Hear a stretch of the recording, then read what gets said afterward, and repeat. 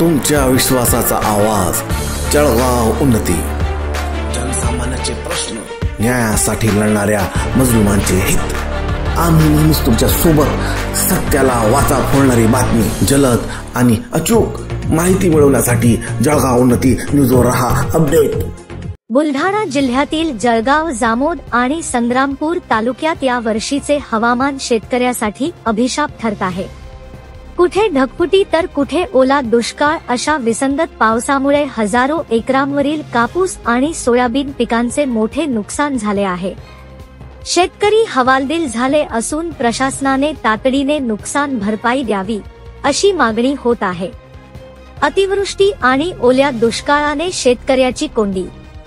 जळगाव, जामोद व संग्रामपूर परिसरात काही भागात मुसळधार पावसाने पिके वाहून गेली, तर काही भागात पावसाचा तुटवडा राहिला। या दोन टोकाच्या परिस्थितीमुळे शेतकरी ना ओला ना कोरडा अशा स्थितीत सापडला आहे। अनेक शेतकऱ्याच्या शेतात कापसाची पाने गळून पडली असून सोयाबीन पिके पिवळी पडली आहेत। मातीतील ओलाव्याचा ताळमेळ न राहिल्यामुळे पिकांच्या वाढीवर परिणाम झाला आहे। कापूस आणि सोयाबीन दोन्हींचे उत्पादन घटले। या भागात कापूस आणि सोयाबीन हे प्रमुख नगदी पीक असून याच दोन पिकांवर शेतकऱ्याची आर्थिक घडी अवलंबून असते। मात्र या वर्षी दोन्ही पिकांना फटका बसला आहे।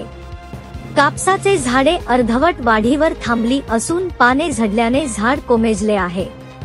सोयाबीनला अपेक्षित झेडपी, झिंक, फॉस्फरस मिळत नसल्यामुळे उत्पादन क्षमता घटली आहे।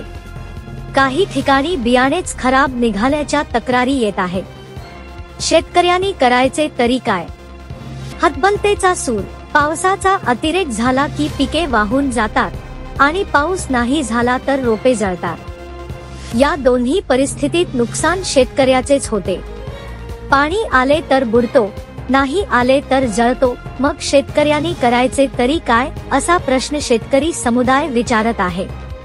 कापसाचे भावही बाजारात घटले आहेत। शेतमालाला योग्य दर मिळाल्याने शेतकरी आर्थिक संकटात अडकले आहेत।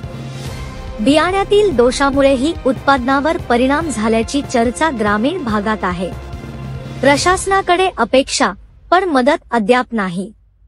शेतकऱ्यांनी अनेकदा महसूल व कृषी विभागाकडे पंचनाम्यासाठी अर्ज केले असले तरी प्रत्यक्ष पाहणी व नुकसान भरपाईची प्रक्रिया अद्याप सुरू झालेली नाही। शेतकरी संघटनांनी यावर संताप व्यक्त केला असून प्रशासनाने तात्काळ दखल घेण्याची मागणी केली आहे। आम्ही दिवसरात्र कष्ट करून पिके उभी करतो, पण निसर्गाच्या प्रकोपासमोर असहाय्य आहोत। शासनाने मदतीचा हात दिला नाही तर आत्मनिर्भरतेचा मार्ग कोसळेल असे स्थानिक शेतकऱ्यांनी सांगितले। हवामान बदलाचे वाढते संकट। या वर्षीचे हवामान शेतकऱ्यांना हवामान बदलाचे भयावह वास्तव दाखवून गेले आहे।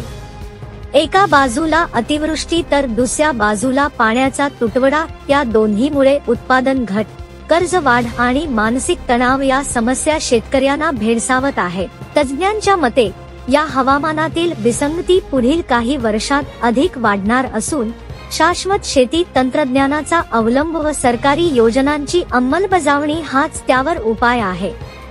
बुलढाणा जिल्ह्यासह संपूर्ण महाराष्ट्रात शेतकरी पुन्हा एकदा निसर्ग आणि बाजारभाव या दुहेरी संकटात सापडले आहे। कापूस आणि सोयाबीन या दोन्ही पिकांच्या नुकसानीने शेती व्यवसायावर मोठा परिणाम झाला आहे।